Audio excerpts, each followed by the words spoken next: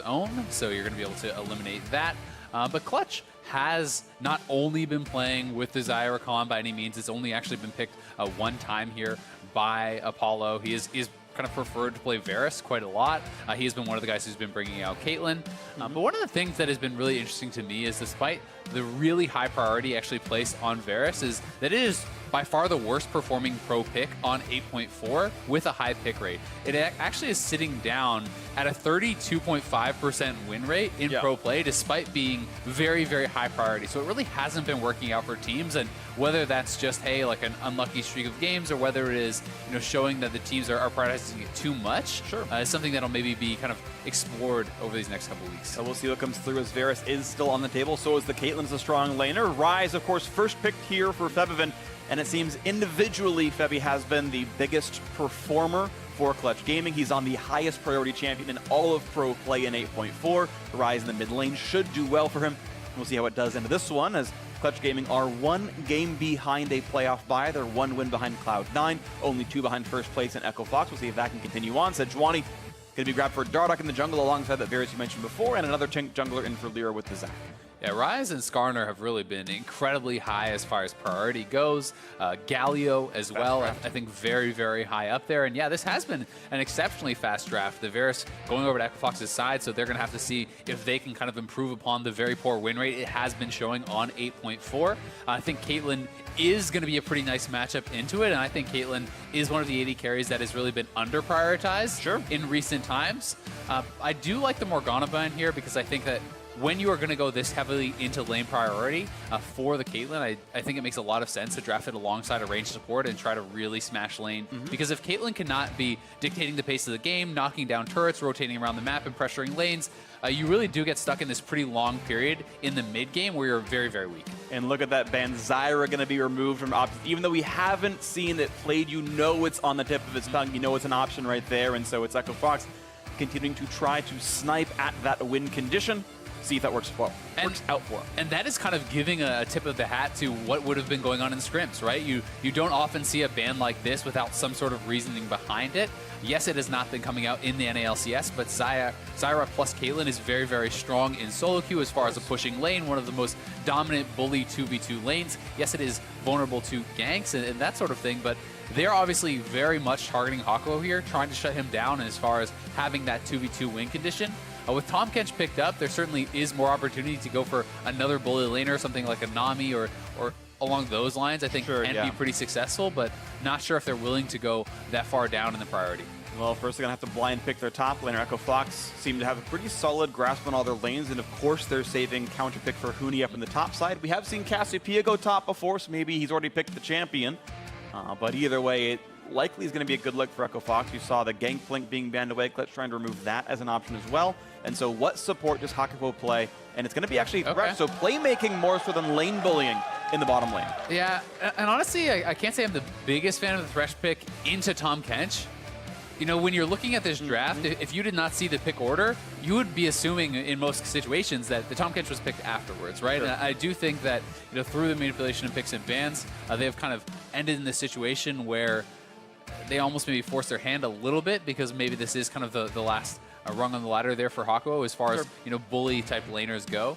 But we'll see if he can get himself out of the lane and find picks away from Tahm Kench. I agree with you, of course, in the sort of one-on-one where they're both there, it's very easy to devour a teammate. As we saw, the Gnar was picked up here for Huni, so despite being nerfed a little bit in 8.4, both to the Q cooldown as well as to Frozen Mallet slow, still the champion Huni wants to play to bully his opposition. 3 level 6, pretty much the same champion anyway, and so we'll see if that top lane priority can continue. If Dardoch can make those ganks happen up there, or if LirA can turn it back around. Of course, his Gnar was banned away earlier on. One of the few champions LirA's actually looked good on. And we'll see if Clutch Gaming can make the upset happen. Champ Select is over, the team's ready to go, and now it's time for that all-important handshake. This could be the last time these teams face off this split. We'll see if they meet in playoffs or not. And the top lane, I think, is going to be very important. You know that Echo Fox wants to play around top lane. When you're looking at Huni versus Solo, just as far as players, that is a mismatch. The champions are a mismatch, also favored towards Huni's side.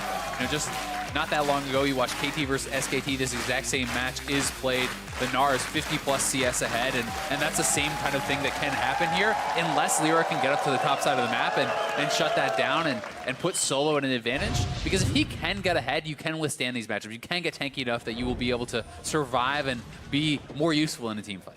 Absolutely the case. So let's see if Clutch can survive the top lane as the champions are ready to run across the map. We've got a coin for Thresh right there. It does make it a little bit more of a roaming type champion. He can move a bit faster via the buffs that happened to that item in 8.4. That's his choice. And now we'll see as everyone runs the map what happens in level 1. And I like that point out of the increased move speed on this item.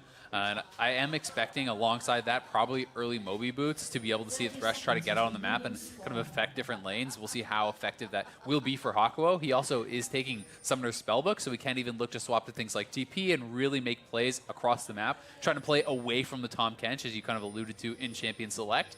But there is a downside to this sort of build, and that is that you are incredibly squishy, right? If you do ever get hit by CC, you're not building any HP early on, Moby plus coin, and you are basically paper, right? There is the crowd control that could come out, level 6 from a Varus ultimate, the Sejuani ultimate, Cassio ultimate. Really, you get caught in anything and you will die. So it's kind of high risk, high reward type situation that rewards aggressive players who are going to get out on the map and make something happen. And I appreciate taking an aggressive stance when you're against a team that's expected to be better than you on paper. I think risky is the way to go when you're facing the #1 team in the region, and that's going to be a bit of the plan here from the Hakuho bot lane. The jungle leash about to start here as minions spawn in 3 seconds, or monsters I should say. Attempted hook comes in, a little bit of poke. Looks like Clutch, of course, not going to leash for Zach. He gets to start Raptors, no problem, as they're going to put some hits on towards Adrian, but it won't really be stopping anything. Dardoch will get his blue buff without many issues. And Echofox going to go ahead and grab XP in that lane in a second. Yeah, and I think it's worth a try, in this situation anyway. Just kind of move over, see if there's any, damage or annoyance you can kind of deal to your opponents there. But as far as the Clutch Gaming win conditions, and as far as the fact that they are, definitely not the favored team here, I do like the draft quite a bit. I think it makes quite some sense. High priority on the Ryze pick here for Febiven, who has been, in my opinion, the star of the team, the most dominant player for them. You have an advantageous bot lane as well. And, despite the fact that there are going to be some troubles perhaps on the top side of the map, if Solo can stabilize that and make it a farm lane, and even if he is down, he will be relevant in team fights as a Cho'Gath. Cho'Gath has very powerful team fighting, so you can kind of negate some of the advantages by perhaps taking an early turret bot with the Caitlyn Thresh duo, then rotating and trying to put Huni in this 2v1 situation and things like that. So I definitely think that there is a lot of playmaking. There's advantageous lane on the bot side, and they're going to have some opportunities certainly to kind of make their mark in this game. So Dardoch probably didn't give away very easily that he was taking the scuttle right there. The scuttle was briefly seen on the board, but pretty much impossible to track that. So he is unseen getting behind Febiven, and he thought he was safe. So now he's got to outplay this kind of gank right here, put some damage towards Febiven, or sorry, towards Phoenix, and keeps running up towards the north-hand side. Of course, the Gnar can join as well with the slows coming in. There is no way out for this player anymore. Can put some damage in and buy some time, but that is certainly going to be a dead Ryze. Unless he's got a blast plant, of course, there's not one available. With some dueling onto Phoenix, though, decent damage to the stars. He dodges away from the Q. Actually, good damage. Can he land some more spells? He's got a half HP. Febiven gets hit up one more time, flashes in, but he can't do the damage. Loses all his summoners. First blood still comes through. Loses all his summoners, but does trade 2 for 2 in the summoners and almost gets first blood there. Given the situation and the fact that Phoenix is actually losing the farm in a lane that was pushed into him, that was pretty incredible from Febiven. I think that is about as well as you could ever hope to play that. And he is, it's an assist guild given over to Phoenix. Yes, it is first blood to Dardoch, but as far as the actual lane 1v1, it's not that big of a deficit there for Febiven.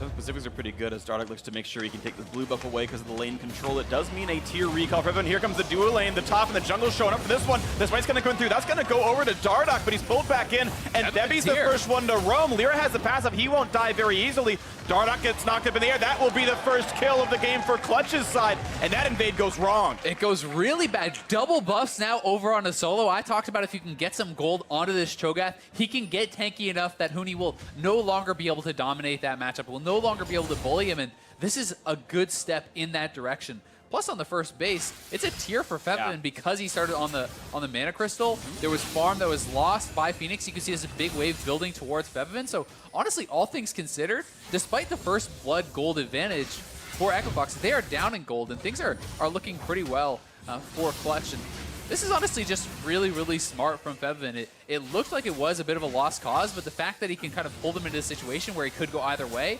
meant that Dardoch and Phoenix split up. Some really nice side stops and dodging, and he gets him incredibly low there. Almost able to take him out. Dardoch, though, body blocking the Qs, able to stop that from coming through. And then here is the clap, very aggressive from Echo Fox trying to make this play. Febiven is quicker to the spot because it is on his side of the map, and that means no real way out there for Dardoch. Kill gets given back over, and the blue buff is kind of kept alive there. And as a result, you can see it's actually Solo that's pushing Huni in and is up in HP. And speaking of up in HP, as far as pushing in as well, this bot lane is doing really nicely for the Clutch Gaming duo, plus 11 CS so far. They got some damage in for themselves. So wins kind of across the board so far for Clutch. Definitely so, and honestly, they talked about it in the pregame and in the countdown a little bit. Altec and Adrian have been struggling recently, and one of the most concerning things for me when I'm looking at the strength of the Echo Fox team is not just that they have had some bad games, but it's who they've had those bad games against, right? It has been, Deftly and Matt, Lemon Nation and Arrow that they have been getting blasted by in these bottom lanes, and that is very different from losing to a Sneaky or a Smoothie or a Sven and Mithy or a Doubleth and Olay. Sure. So now they are going up against Olay, or rather Apollo and Hakuho here. They could be in tough against this Caitlyn. That could be the case right here. You're going to see that CS difference going to remain above 10, but Potion's not running out. Echo Fox can stay in lane and keep gaining experience for now. Also, their item spikes will be different, so even if Apollo gets a BF Sword recall, recurve bow is easy enough to grab for Altec. So no easy way to make an advantageous recall timing. That can matter in some of the matchups, of course. It was like a Twitch that would be different. Is Dardoch going to be able to kill away a control ward? Now, he individually has been out farming LirA, though. Throughout the games, he's gotten himself about 3 or 4 extra camps in addition to that first blood gold, so he's actually pretty rich in the Sejuani. And even though he died and gave over the blue buff, he actually got the experience for killing it because he won that smite battle as well. So, one of the biggest things to me as far as this early game of comparing junglers is not just the gold advantage, it's actually the experience advantage. He's almost an entire level ahead. He's almost level 6, while LirA is just closing in on level 5. So Dardoch certainly has done a much better job in that regard in the early game, and LirA is going to have some work to do to catch up because, as we all know, Sejuani at 6, very, very powerful, has a lot of ganking potential, and LirA needs to kind of get that experience and stay relevant because as it stands right now, 6 for Dardoch, just 5 for LirA. Yeah, so that's a big deal. Of course, a full level, as you mentioned a second ago. LirA will get his red buff, but nothing else is on the map for him right now, so it will be quite a while until Let's Bounce is available. And Dardoch can maybe use that timing window. Febiven's TP is down, used to get back into the mid lane, but every other lane has flash, so it might be a bit harder to gank. Dardoch Cinderhulk done, red smite on. No boots just yet, but he's certainly going to be a quite strong duelist. Yeah. First recalls came in for the bottom lane, and yeah, honestly, Altec's items are not too far behind. You're going to see some career stats for these players, and yeah, it's been a bit better so far, I could say, for Apollo, but we see what happens here. That's over 14 games there for Altec, so definitely not good Varus stats, but also that's pretty much on par with how Varus has been doing at 8.4. No one has been doing well with it. This is obviously career-wide, but still looking for a gank here. LirA is around, but Dardoch will be down to the bot side pretty soon. And LirA does need to continue farming it up, getting the experience because he is behind. So if you try to force a gank from the behind situation and it fails, you're going to fall so far behind because you can get counter ganks, you can lose that, then you lose more camps, and it really does start snowballing. And now, of course, they also know that Dardoch was at the blue buff. He just handed that one over to Phoenix as he walked back into lane. Febi almost certainly called that. It's pretty much can't be a mid lane without calling, hey, you picked up blue. That's what the jungler is. That would be a travesty to miss that one. You can, but maybe you can't be a good mid lane. Well, that's fair. But, I mean, we're in the LCS right now, and even people want to make fun of NA. mid laner, Hey, even I call when blue buff gets taken, all right? You check yourself. Okay, I apologize. Yeah, thank you. Thank you for giving me the credit that I know how to type into my team. Jungler's top side is going to be a knock-up here to this one. Pretty good damage. Everybody's going to pull him back. Bring them back. And let's see if they find the next little piece for that one. The ulti going to put up the root, and yeah, Adrian going to flash to stay himself alive, but that is 3 summoners down at trade for Ignite of Hakuho. A lot of summoners down, but I can't help but feeling perhaps they could have gotten more. LirA didn't even expend the ultimate there. And when Tahm Kench actually eats up the AD carry, normally you see the Zac player use Let's Bounce to pull them both back in and kind of neutralize that advantage, but he didn't try to go for that. Dardoch is going to steal away the blue buff, even take the Gromp here, so he's getting so much ahead as far as the experience advantage. And yes, you force summoners on the bot side, but if your bottom lane cannot convert on that and get a tower or something, LirA is giving up a ton to actually get that bot lane edge, right? He is not 7. Dardoch is now 7.5. So definitely big goal difference in the jungle, definitely big experience difference in the jungle, but it's kind of priority on different sides. And honestly, that bot lane priority is not paying for very much this CS. No, it's still only 11, and that turret's only lost about 15% of its health. It's not close to falling at all, and this is a Caitlyn lane. Yes, it's Thresh. It's not like you're playing a Zyva or Brand alongside it, but still not a lot of gains really being had. The farm actually has become plus 600 for EchoFox. It was plus 300 for Clutch Gaming after that kill had come through a while ago, so the farm is going better. The jungle, again, massively different. And that's why I'm really surprised to have not seen a flash plus less bounce coming out to follow the flashes, because if you get the kills on the bot side, then take the turret, it's a huge advantage. Ooh, nice stopwatch dodge. The ultimate that's going to be on cooldown now, but gets right back out. No real pain to be had. And that is the first gank from Dardoch. Gets turned around. Does get the stopwatch out.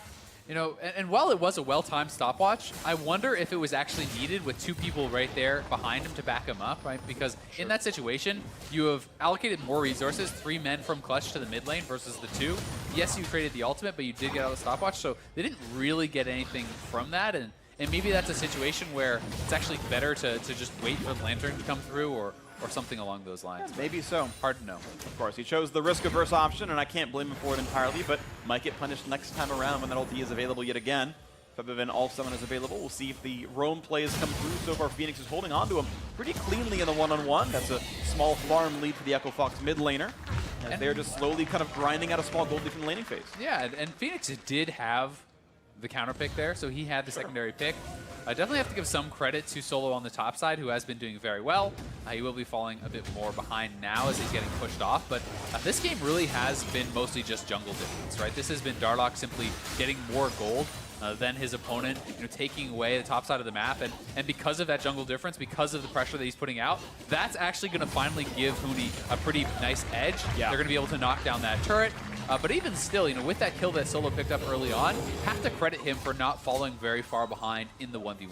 Yeah, not falling behind in farm, but all it took was a single trip from Sejuani to say, all right, your top lane first turret is ours, 300 first turret gold goes into our pockets, and now this gold lead is 1,800 for EchoFox. Yeah, very nicely done. So they are in control right here. Cloud Drake is spawned. We are still in 8.4, so it's the only out-of-combat move speed version of that one. That'll transition into week 9 in the playoffs, or when that gets changed up. So still in the old patch for us here. And we'll see as the players continue on. Phoenix goes for a duel, gets rooted up. That's pretty decent damage out of Febiven, but again, Clutch Gaming have yet to find anything really impressive happening in the last 10 minutes. And Phoenix, with Cassio on 8.4, when you have the Catalyst, when you have the tier, you have so much mana that you can actually sustain up pretty well with your Poison plus the Twin Fangs. So you heal off waves pretty well, and you can kind of afford to take those sorts of trades. Paulo and Hakuho have whittled down the turret and bot side pretty low, and definitely want to see them trying to take this down. If you can knock down this turret and then perhaps rotate around the map, start to threaten turrets in the top side and these sorts of things, that's when this can start to pay dividends. But they do need to kind of push the pace a little bit because it is pretty far in, and you really did want to get first turret with this sort of 2v2 that you drafted. Yeah, so we'll see if the outscaling comes through then, if Varus can have a good enough mid-game as he continues to build up over time. Ripfield summon in the mid lane as Phoenix clears away the minions, and that's going to be that turret. I don't think there's really enough defense in position. We'll see if they can get there in time. I mean, it's getting very, very low.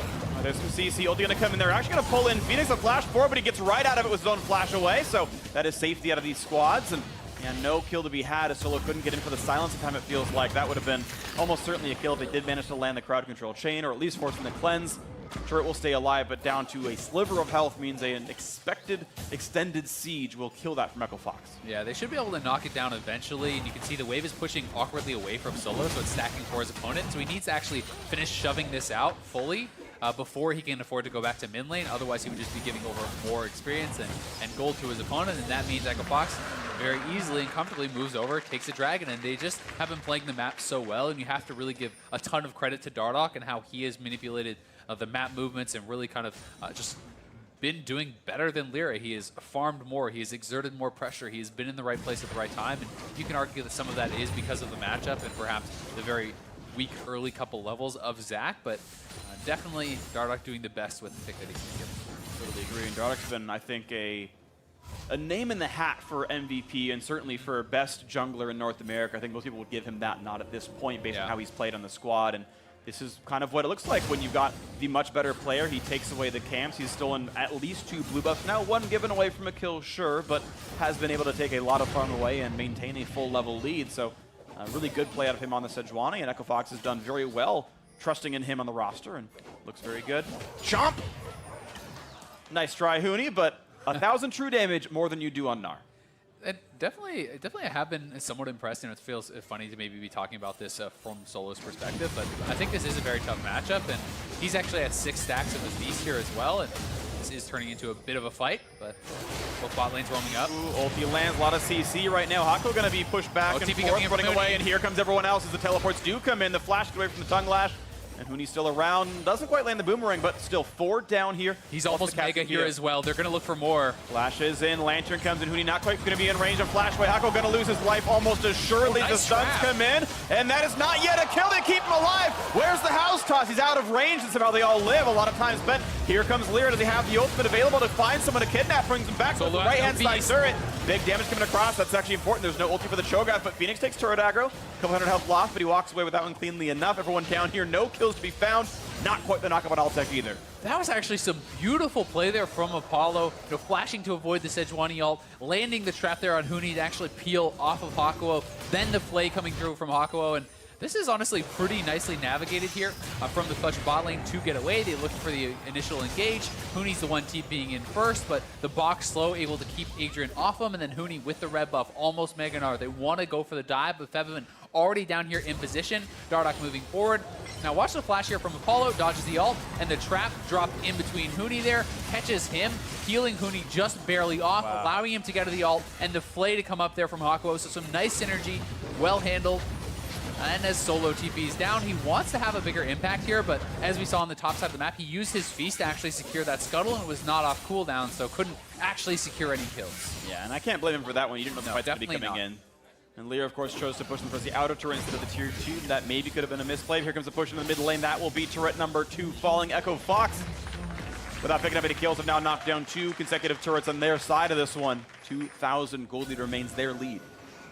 And Clutch, for the story for them, a lot of this season has been consistency. I would say consistently they beat the teams that they are better than, and consistently they lose to the teams that are above them in the standings. And that has been a bit of a kind of conundrum for them. Yes, you can, I think, give a lot of credit to the coaching for them not throwing any games against worse teams and these sorts of things. But one of the things I have felt Clutch is missing oftentimes is a bit of the X factor, someone to be a playmaker and kind of turn some of these games on their head, where you see some of the teams that are much worse than them in the standings have taken games off of very, very top teams. When you look at Golden Guardians, they've beaten teams like TSM and even taking a game off EchoFox and so on. But Clutch has not been able to do that because despite the fact that Febiven has been very strong, Apollo has had great times, it doesn't feel like these are the guys that really stand out and make this crazy play to turn a game on its head and get them that advantage. So that's something I'm kind of looking to see if in this game, with them being behind, if any of them will step up and try to make a play. It's also worth pointing out, by the way, that this game is kind of par for the course for Clutch anyway. They typically have a fairly large gold deficit in the first 15 or so minutes, and David Lim in the pregame interview, their coach, said, well, but yeah, but our mid game is better. People can't do anything to us in the mid game. We're really clean there. Our vision's solid. Our team fighting is good. And so them being within reach throughout the mid game, nice little hook right there. Speaking of being in reach, trap not quite going to land. Maybe Clutch Gaming now, this is the part where they start turning it on and they start finding their comeback advantages. And we'll have to see, though, as 2,500 gold lead still remains EchoFox's lead. And the next rate coming up in 120, we'll see if anyone can even contest that. I think one of the tough points, though, now in this specific game for the mid game is you have a Caitlyn with an IE versus a Varus with a Rage Blade. And Caitlyn, in my opinion, is massively weaker at this point, but TP coming in from behind. Okay, so the turret has a land to get back out now. Here comes the fight with Dardoch in the front line, pulls him back in next side to Adrian, and here comes Let's Bounce, bring them forward even further. But LirA forced to run away, has to flash, still gonna get stunned, and the rest of the squad coming around. Solo finds a stun on a Phoenix, who runs right back out. Looks like a disengage all around. And Huni's still in the mid lane shoving in. Will actually get some turret damage as a result. Well, and they do get the turret on the bot side, so they do at least get that. And Febiven's going to be back here in time to collect the wave. Yeah. But yeah, this is going to be a hard mid game to actually look to fight in at all. And if Apollo wants to try to stall that out to multiple items, I think that is where Caitlyn can really be strong again. But in my opinion, Caitlyn needs 2, if not 3 items before she really becomes relevant again. You have a great laning phase, but Rage Blade Varus is way, way stronger than an IE Caitlyn on that one item. So EchoFox, I think, is going to be more comfortable at this point to fight. I think the scaling on Zac and Cho'Gath is superior to that of the Sejuani and the Gnar. But the mid lane is pretty even. Your bot lane is probably a lot weaker at this point, so you're going to have to delay. Shout out Huni buying time for this blue buff to respawn. This is, I think, attempt number 3 or 4 at stealing one, but LirA's around. Hakuho in the wings as well, but I believe unspotted on this. Depending on how Huni plays, it could be in danger. Solo, we're rocking around him as well. He may force LirA to take it away himself, and it's looking like that is the case for now. Oh, they're just going to reset it because he wants to give it to Febiven. So, yeah. You know, even if Huni didn't get it himself, if he forces that to go onto Zach at this point, that is a small win. Oh, yeah. You definitely would not want it on the Ryze, you know, if you can choose. So, Febiven going to be able to collect it, though. They do a good job kind of handling that very calmly, as no other Echo Fox members were in the area. There was no real need to panic and try to rush that down. Yeah. Febiven making an interesting choice of going for the less defensive build. It's not going to be Abyssal Mask. He's gone for the full Rod of Ages, so a higher ability power build out of this Ryze. It will be more damage. Just he's in more danger if the magic damage does come through. Definitely is a little bit less survivable, and there's a lot of kind of arguments and discussions about, well, if Rod of Ages is the squishier build, even if it is on paper higher DPS, can you actually output higher DPS if you are in more danger? You know, Sure. like, does the Abyssal not allow you to position more aggressively and thus get out more damage? And that is something that is pretty hotly debated among pros, but will be interesting, and it could just be a nod towards their damage profile and their composition, right? You have a Caitlyn who's not going to be putting out a lot of DPS for quite some time. Cho'Gath, while he can put out, you know, a fair bit of burst, is not really high consistent damage. Zach is not high consistent damage, so maybe he feels he just needs to do this without kind of that third damage dealer, whereas Echo Fox, you know, has Huni on this Gnar, who is going to be a much more consistent damage source, and thus perhaps Phoenix is going to feel comfortable to go for that Abyss. Worth noting, just wanted to see that come through. Ooh, that was pretty close on that one, and actually misses the clock tower anyway, so skill shot slightly wide on both these sides. 3,000 remains the difference in gold. Echo Fox holding pretty nicely here as all 3 outers have been taken. Clutch Gaming only have the one from the duo on the bot side from earlier on. Now plus 10 farm for Altec as well as these power spikes come through. Close to Witsound on the one side, close to Shiv on the other. To your point, though, about the David Lim interview, they have not really been extending the lead in this mid-game. You know, Clutch has been kind of holding strong in that regard, but they are looking for a play now. Spellbook to cleanse, and Hakuho gets away from that one. So, and of course, no suppressions. You don't need the QSS. We've seen so many defensive supports have run that items. They can save people and not be the target themselves, so that's the Hakuho transition. And it's a very disengaged, focused team now. They've got 2 cleanses, a lot of backline, and seems like they're waiting to farm. And whoa, they might get Altec to pull him forward. Ryze comes in for a bit more damage. Let's Bounce goes nowhere, but he turns backwards anyway. LirA doesn't want to keep fighting as Huni's now around the back side, but this is a catch on the front line. Hakuho's going to flash, but be caught by Phoenix. 1 kill comes through, and now it's a 5v4 as Echo Fox looks to grab a whole lot. A big stun comes in. Gnar puts for more, but not going to catch Febiven. Phoenix going to get a bit low as well. Pulled back in, but grabbed by Adrian to stay alive. The backline stays alive on this, and there might not be much more fight to have as the ultis are down. Clutch Gaming forced to disengage, but keep in mind there is a Baron on the map that Echo Fox might look at soon. Nice fight there from both sides. A lot of summoners traded, but it is Echo Fox who has the HP advantage off of that. They are not willing to commit to actually going to the Baron. Respawn timer's pretty short here, and Hakuho is back up now, but they do at least get vision control, and they're able to take away that scuttle. And over the wall he goes, and not going to catch out Dardoch there. Managed to get the last hit himself, so all in vision what Clutch is doing here. They get a control ward back, but that probably won't last too long. As the farm continues, the junglers have actually managed to catch up to one another in levels. LirA has managed to close that somewhat. Definitely the case, but Echo Fox, if they do get an opportunity, can burn down the Baron incredibly fast with Varus and Cassiopeia, 2 of the kind of fastest Baron killers there. Here is the fight one more time. Nice hook. They're over onto Altec, and they know that Tahm Kench is not in his back pocket just yet, but he's able to get enough distance. Adrian comes in, saves him from that, and Huni on the backside flanking here. Phoenix coming around, who's able to clean up Hakuho as he flashes over the wall, but it's a very even fight. It looked like it could have gone a lot worse, honestly, here, as Huni Gnar's out, but the cleanse flash is available for Febiven to get away. You know, both sides kind of cutting their losses and able to back off. Really nice play, actually. I think Adrian was pretty heads up in that one. He got a lot of good saves off of Zach Q's or Zach R's that were going to tag someone, so he did a good job keeping the backline alive. 2-1 in kills. 4,000 lead for Echo Fox with them having Baron control one more time. Huni walking up from the bot lane, TP down. He's going to roam up and look for a play in the mid lane, it looks like. Yeah, and Solo doesn't have a TP to actually answer this at all, so he has to just kind of follow Huni anytime he leaves. He needs to be aware of the threat of that Baron, and Huni has a red buff on him again. They're looking for LirA here. Jumps early so he can't be stunned in time, and it's going to be an alive Zach as he walks away.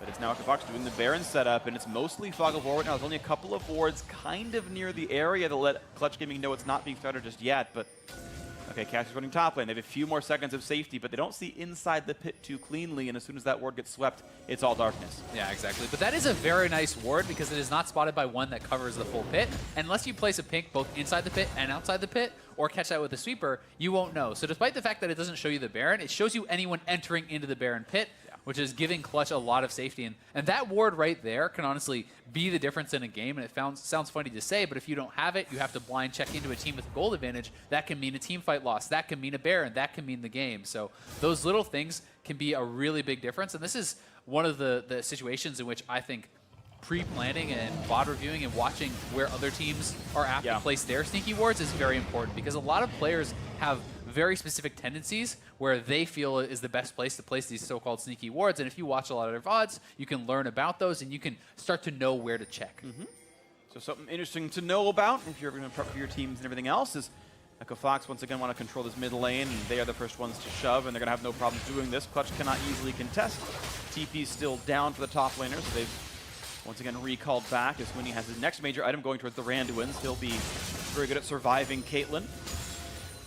And I think, honestly, for Clutch, they're trying to just avoid conflict unless they think it is a very advantageous engage. I really do think they want Apollo probably on 3 items before they're really going to look to fight very much. And, you know, you can kind of poke around. You need to contest for vision. You need to be somewhat proactive. You can't just give up everything. But they're trying to fight as little as possible, contest the minimum, you know, be able to just take their jungle camps, farm, and scale. There's a stun on the LirA, could be in a bit of danger. Finally gets the lantern back out. Huni once again roam to find the flank. Not going to get anything meaningful just yet, as once again they fight for ward control, and Echo Fox yet again control that brush. They get rid of the void, put their own one down. Once again, get Scuttle, get rid of the rest of the vision, and now this time it is Fog of War, and they're rushing it down. How fast will Clutch come in to stop them? Blue Trinket used, they now know what's going on, but Huni, Gnar for 5 more seconds, waiting in the wings to stop someone out here. It's gonna expire though. This could be a decent fight for Clutch if they can find it. Knock by the backline, hook on to Huni, they're trying to disengage a big silence, stun on a Cho'Gath. Hakuho's gonna flash out, but LirA comes right back in. They got damage to Huni though, can they knock him down? It's gonna be a yes! Hakuho somehow secures it, a bit unlucky, the gold goes the wrong way, but Clutch find a kill in that fight, meaning are not that effective. Yeah, trying to take that fight from Echo Fox, despite the fact that Gnar had just timed out, was pretty risky. It's Clutch though that take the fight. They can push up, look to threaten the mid lane turret here with some damage now. Caitlyn's still very well alive.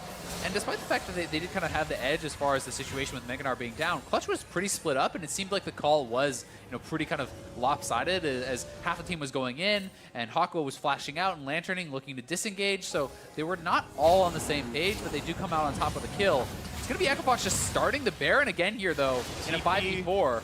In 8 seconds when Huni revives, yeah, they try to make the play. At least they bait out a blue trinket usage. This should potentially give Clutch the map control to take the Drake away real quick and at least get Baron control back. And I like the attempt just through the lens of if Clutch does greedy bases and everyone base at the same time there, maybe you can just rush that down, right? And the flank is coming in, though. TP has come in behind, and Febiven not quite with the team just yet. They've got to regroup. Here they are. Of course, it's still Gnar for a little while. A big root in the front line. Solo going to be caught out alone, but they hook him back in, and they forget him with a lantern as well. But now Phoenix is on the chase, gets some damage across, gets rooted away, has to back out. But good damage. LirA at half HP, and of course, that is a Warmog Zap. He can regen without too many issues. Yeah, he's not going to be in too much trouble off of that, but it's looking like the Ocean Dragon is the target here now for Echo Fox. They already have the first 2 dragons, looking to continue to pick up those neutral advantages. This may give Clutch a little bit of time to secure some more vision, but they're actually Ryze ulting into the pit. They're going to try to rush this down. That's a really cute play. Can they kill it in time? Is the issue. The Tahm Kench brings over 1. He's actually brought Phoenix on the Cassiopeia, but there is no smite. The Chomp comes in, Cleanse gets him away, and the team's going to try to disengage. Apollo jumps the wall. Febiven's going to flash to make sure he's safe, but this could still be a bit of a chase. He's going to flash for a slow. This could actually be a huge play for Echo Fox. And they get the damage. 2 of them are grounded. They go to their room. Hakuho's going to have to respawn now, and a slow out from Huni. He's going to find a little bit towards LirA, but only losing support for the pickup of a Baron is a great play from Clutch. That was fantastic. The decisiveness there from Clutch to immediately Ryze all into the pit, rush it down. They do lose their support, but not a big deal at all. And utilizing the Baron minions to defend here, probably at most lose this 1 outer turret, and then Clutch should be able to be back out on there on the map and defending. That was a great move, and especially in conjunction with this Caitlyn, might be able to knock down a couple of these outers that are still standing and really try to close up some of that gold gap. Truly could be a possibility. Of course, the gold difference as the reset comes through for Echo Fox remains over 3,000. The Baron buff, of course, gives more stats than before. That probably bridges that gap pretty nicely. We'll see what they can fight for as the red buff will reset and come back. That's going to be just waiting for Apollo here. Grabs that with one more auto attack, and now let's see if they can take the Drake with his buff on 4 of them. Yeah, worth noting that they didn't actually finish the Dragon because they realized what was happening. They immediately fully went off it, but there is the Ryze ult from Febiven, full commitment to this Baron. They know they have Cho'Gath to secure, and it is not actually Dardoch coming through with Adrian there, so no real chance of a Smite steal. And then it's just up to Phoenix to try to hold them in position long enough to try to get the rest of the 5-man squad there to be able to take them down, to be able to commit them to this fight. That's why Adrian is going over. But the box, the play, all of the work that Hakuho does to kind of slow them down, and then Dardoch just barely missing the ultimate. I'm not sure if that was blind or not, or just in anticipation of where they were. Expected LirA to walk, but he started channeling E, and you can't always predict that one easily. Exactly. So here's the mid lane siege on the respawn there, the reset, and the turret's going to be falling in the top side of the Febiven split push, but here comes a bit more engaged towards LirA. Going to jump away, has a lantern, but that's now on cooldown. They find a catch down to the tank. There's Cho'Gath at a half HP. Dardoch in the front line getting hit some really hard bits of damage, and they're going to look for the trades here pretty quickly as they pull one back in. A low health Adrian pops the quick stopwatch to buy a few more seconds. 4v5 the chase and almost gets some more with Phoenix. Hakuho going to cleanse, but he will be slowed down to die. No hooks over the wall. He's got a bit more time to spend. But here comes Tahm Kench. Who is he bringing with him? It's going to be Huni in the Mega Gnar. Going to be a disengage for Hakuho. He does not have the Baron buff. He will not recall fast, but he is in fog. Yeah, and Apollo was able to actually get out of there with the Baron recall, but pretty aggressive plays there from Clutch, you know, moving up very far forward with Ryze up on the top side. And Solo gets kind of focused down before he can even get his feast out. He's not really able to contribute too much to that fight. They do get one turret for the kill, so in the long run, you still say that is a worth fight for Clutch. They are looking to push up here mid, and they really want to knock down this last outer and continue to kind of close that gold gap, because at 31 minutes, a 3K gold lead is not a big deal. They were actually 3K down long ago in this game, and are going to be able to close this gold gap to just about 2K, 2.5. Yeah, really nicely done. The mid-game for Clutch, and they certainly don't play a flashy style. It's a 6-kill game at 30 minutes overall, but they've held within arm's reach of Echo Fox the entire time. They got that Baron sneak, and now Elder Dragon will be the first to spawn, but Echo Fox, of course, so many more Drake buffs means that's a better objective for them. It certainly does, but while it's not flashy, it's intelligent, because if they were to fight into this Rageblade Varus with a 1-item Caitlyn, you would expecting them to be getting smashed in these fights. But now this is a 3-item Caitlyn with a QSS. This is the point where Caitlyn really does start to turn on, and he's going to want some armor pen and so on and so forth, but he's getting pretty strong. Here's the engage again. Febiven up on the top side of the map. Already had taken down the turret, and the Miasma here over onto Solo, kind of locking him down, focused down with the Varus ultimate there as well. But again, it's Clutch kiting back pretty well, disengaging pretty well, and finding ways to escape. And this is slick here from Hakuho. Immediate cleanse, the instant cleanse on the support, hooks over the wall, runs up to the top side, it actually escapes there. So pretty smart play from him, and really well done overall. You see what Cassiopeia is doing in those team fights, though. Triple the damage of what's coming out of Febiven. We got to see if that Ryze can actually pick up a bit more later on in this game, as Apollo's been doing the heavy lifting here. Also worth noting, though, Febiven wasn't there for most of the fight. True. He was coming from the top side, but now that Apollo is at a stronger point, you may see Clutch more willing to actually group for 5v5 and look for more of the even number of fights, because their AD carry is at a strong point. I would say he is probably stronger right now than the Varus. And it's going to be interesting to see how they try to play this out. Are they going to continue to be a bit more risk-averse, or are they willing to actually match up in straight-up 5v5? And interestingly, in these team fights, Phoenix has an incredibly high magic resist build. Abyssal Mask plus Banshee's Veil, 152 MR. There was a Void Staff from Febiven, but honestly, Cassio can pretty easily duel the Ryze based on builds right now, can tank that damage so easily. And I think it's a very intelligent build. I always like to look at it as kind of top side of the map. Anytime the top side of a team's map is all magic damage, building for these items is so incredibly efficient. It's a Zac, it's a Cho'Gath, it's a Ryze. Those are the 3 people that are probably more likely to be hitting you as Phoenix in these team fights, and then that MR not only is helping him duel up against the Ryze, it's helping him deal with any of the additional damage that is coming out from those other members. So unless it is Apollo actually getting forward and hitting onto the Cassiopeia, which can be very difficult and often compromise your positioning, he's going to be really tanky, and that in combination with his sustain and kind of self-peel with the Miasma can make him really tough to take down. All right, so things to watch for then. 80% crit chance on the Cassiopeia, the Caitlyn here. That would be a bit of a troll build, so that's ARAM only for that one. But I don't even think that's ARAM. That's like, hey, I played against AD LeBlanc literally yesterday on ARAM, okay? It's not Cassiopeia, but still exists. Definitely better. Yeah, true. Oh, try to stop the recalls. Not going to find that one here. Phoenix shields upon shields. Banshees plus the Seraph's Embrace as Huni looks for the bottom lane, now wants to kill out Solo, and yeah, it's Tahm Kench bringing a friend as well. Nice knockup, actually juking away from the ulti. Nicely done by Solo, 1v3, kites it out.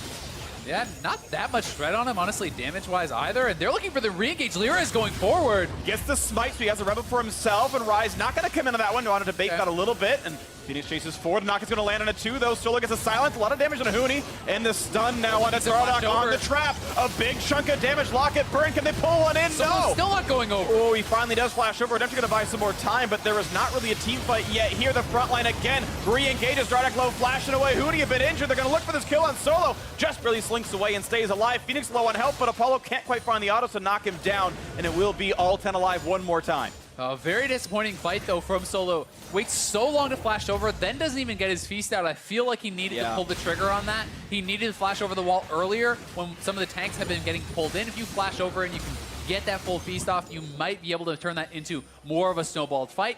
He hesitates a bit, though, and it's Apollo now having to back off as Solo's getting back out on the map, is running out here, building towards this stone play, which will increase the damage coming out of that beast, but you can start to see how confidently Apollo is really playing in some of these team fights, stepping forward, looking for damage.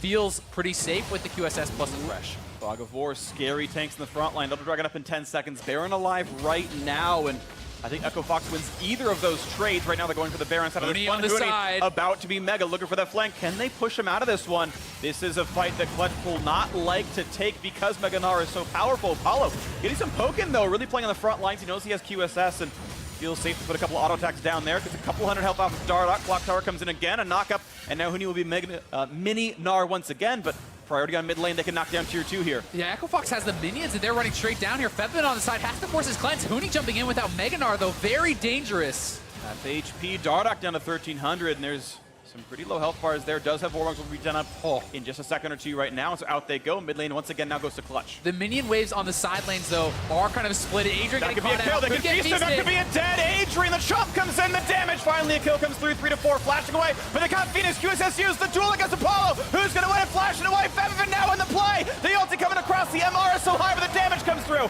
Now back on the left side. Hook just really going to miss. Nice. Mega Gnar pushing away LirA. Now Febi on top of the squad. Dardoch going to jump over the wall. He's going to stay safe. And now they're on to Baron. Dardoch, Q is on cooldown, no flash. Available does have smite, but he can't get in the pit for at least 5 more seconds. That's going to be Baron to Clutch. They're just going to back off. They're going to give it up. There's no feast available, but it will be Clutch Baron, and they are basically tied up in the gold. They have the minion wave to pick up. Elder is on the map, so they need to immediately get back out there, and they could potentially just try to rush down this Elder Dragon. There's 30 seconds still on the respawn here from Phoenix. A TP is available from Solo, so I think that they should immediately start the Elder with the Baron stats, and that could really be what starts to push the games heavily in their favor. A summonerless Phoenix cannot join that fight easily. 12 seconds in the respawn, and yeah, this should be a pretty easy team fight for Clutch to I'm surprised they're not starting it. I'm actually shocked. They're just delaying the time. They know Phoenix can't join easily. They've got a few seconds to play with. They're making sure the waves are under control, and now they can start this one up. Maybe it's going to be a bit too slow as Phoenix is on the map, but they know the timing windows. I mean, this is a team that was happy to play a slow and conservative mid-game, and still, you can see Elder dies well before Phoenix could join. They knew the timing, and Clutch Gaming have just checked all the boxes now in this mid-game. Up 200 gold now. A very weak Elder Dragon, but one all the same. And denying it from your opponents is so big in this situation. Echo Fox has been collecting the dragons all game long, trying to build up to this crescendo where they get the Elder Dragon. They have all that power. But you are facing down almost a full build Caitlyn, who has the Lord Dominix, who will be able to punch through the tanks now, and is so strong in a siege situation in combination with the Baron. And you have the Stone Plates finish on both the tanks, which is going to increase not only the defensive capabilities, but also the offensive there of Solo on the Cho'Gath. And Clutch is really putting together all the pieces that they need to potentially take this game.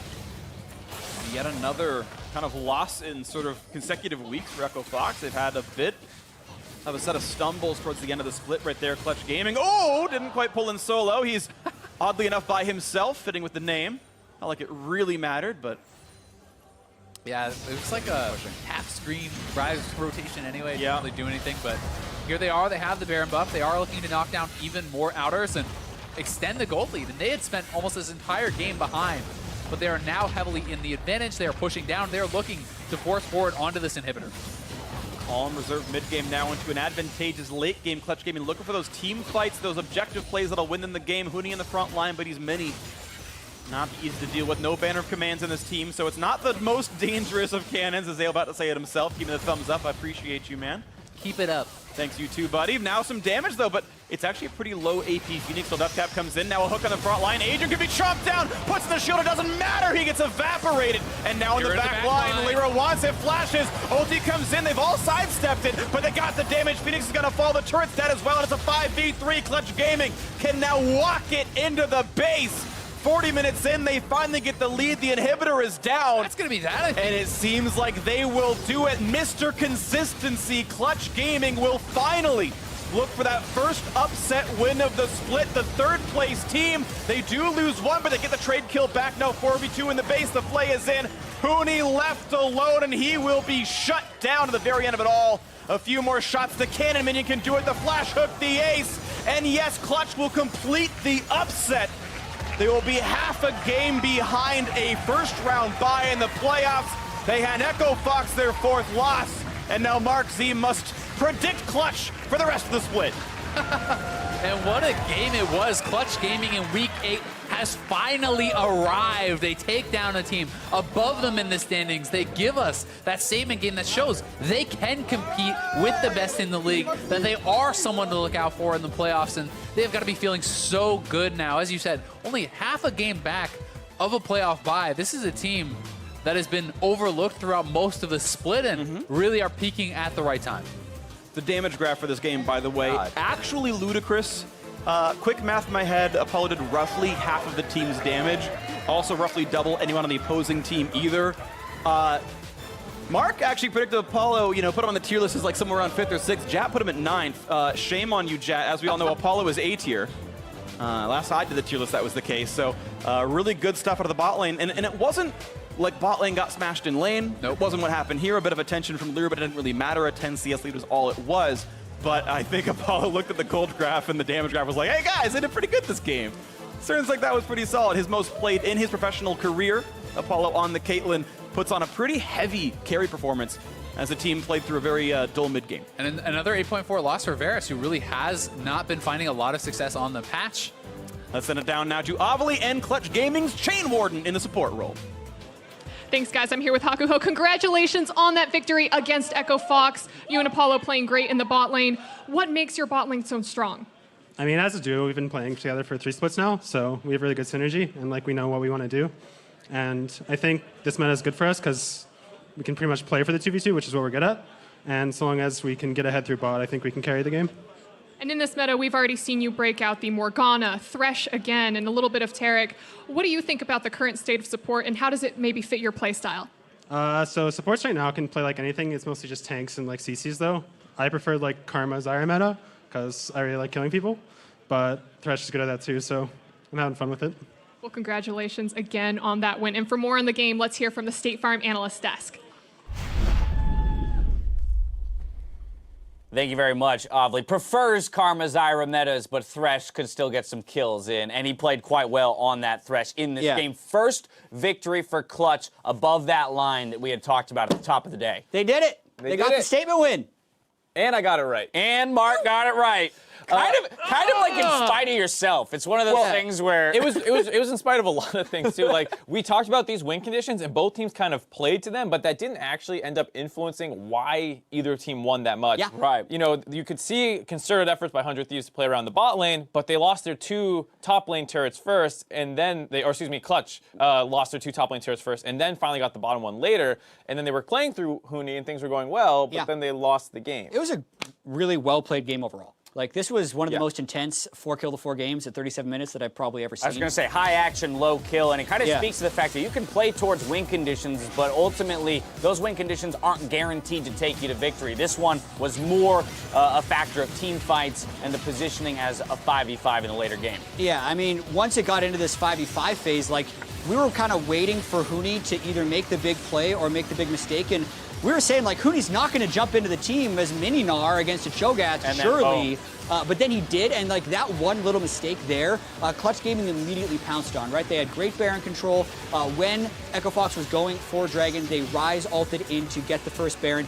And whenever they would make what looked like a dangerous play, they'd always get out with such minimal casualties. I mean, that's the big thing for why this game was so fun to watch despite the low kill count was like crazy plays, but only one person dying at a time. And this was one of the key fights that was more than one person. Finally, they get a bunch. They get Adrian right away. They're going to finish off Phoenix. A little over-aggressive by Apollo, but he does a good enough job baiting in Phoenix to allow Febiven to get on top of him. They get that kill. And with that, they've killed everyone off. Apollo's going to heal up, obviously, as an AD carry. They're going to chase down some more people, and they get complete control of this Baron decisively with kills. They can reset on the map, get the Elder Dragon, and set up this play. Hooks, man. Notice how all of these start with a hook. Yep, and you know, you were wondering during the draft why pick Thresh into Tahm Kench, because during the lane he's just going to eat other people. But in the late game, you just took Tahm Kench, right? And then you burst him down with the Cho'Gath and the rest of your tank. As well as the fact that he does have defensive tools. That damage. That's a lot. Apollo. This is going to be tough. But Thresh also can save people. There are a couple times where he protected his front line when they got overextended. So, you know, Thresh isn't quite as binary as like, I hooked and then Tahm Kench ate him and now I'm useless and running in circles. There's other things you can do. I mean, it is interesting, right, looking at Apollo, because, I mean, you were vocal, Jat, about the fact that it was difficult for you to put him so far down on your ADC tier list. And I think this is kind of one of those games that goes to show just why that is, because a majority of ADCs in our league are capable of having those pop-off performances. And the thing with Apollo this game actually flies in the face of one of the main criticisms I've had for him throughout his career is he's a good lane player, he's safe, but I never felt like he was carrying late game team fights. This game I felt like he was. He was always in damage range, always doing damage, and you could see it by the numbers there. He was the main carry by far. And now we are going to get a quick sneak peek into Clutch Gaming's comms. During the pregame, Mark, as you had elected to predict them for victory, let's take a look. Good prediction, Mark. Oh my god, Mark said we would win. Really? I'm not even shitting you. Oh my god. Guys, this is the time. This is it. Right. We got to do it for Mark. We'll do it for Mark. Mark cursed us. He actually cursed us, though. Yeah, he actually did curse us. We thought Marks was the hater, but it was Jat all along. Bring back Phreak. He was nice to me. See? I believe in you guys. I'm not a curse. You beat Echo Fox. Great job. Jat's the real non-believer. Jat doesn't believe in me. Puts him lower. And with him finishing 6th. Come on. Oops. Didn't get that one right. I mean, to be fair, this was an upset win. It's very understandable. I was ready for, like, if they lost to be like, see, this is why we don't believe in you. So I was. That's the whole reason you predicted them. No, I really did. He was planning for the ability to do that. Absolutely. I really believe that they were going to win this game. I mean, but that doesn't mean that Clutch was without fault, because let's remember that they were behind in terms of a gold lead for the majority of this game. It wasn't until the end with a few of those picks that they were kind of able to wrestle control back. And this is them, this is them trying to play to their play style where they pick the counter pick bot lane, they're trying to go aggressive, but like LirA's charging a slingshot at different times, Apollo throws a hook, but now the slingshot's not up to punish them going in, and then this counter gank. And in this instance, you actually want the Sejult to land so you can counter gank it with the 3 people and put more pressure on Dardoch. That led into Echo Fox getting the top lane turret. Here, you hook the Varus. I actually expected LirA to move his jump a little bit further behind Altec so they can't disengage so far. So there's good and bad things about this. Like, Clutch Gaming was always in what I felt like the right position to make a lot of these plays and had mild misses in their execution, but then what I would compliment them on is their ability to get out after it's gone wrong. They only lost 1 person for that engagement. There were a number of skirmishes that it looked like the kind of classic Echo Fox fight where it's like, oh, they went too far, they're kind of getting caught out, but they out micro people and suddenly they're going to turn around and smash them. There was one where they were between 2 turrets in the bot lane at like 12 minutes. Right. But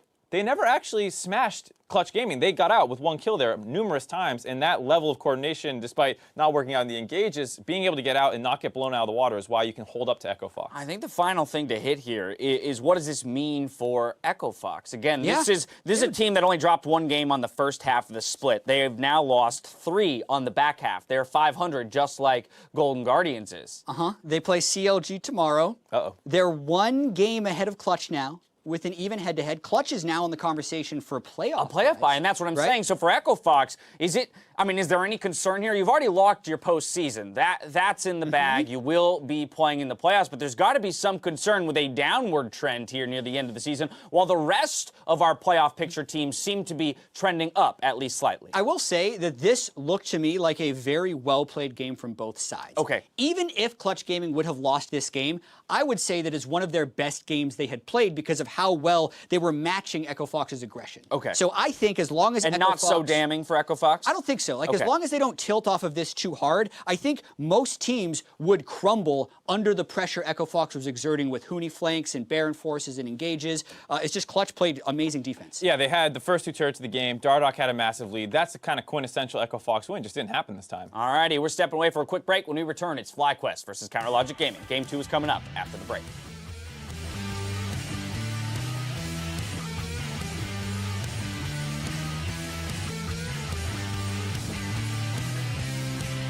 Oh my god, Mark said we would win. Really? I'm not even shitting you. Oh my.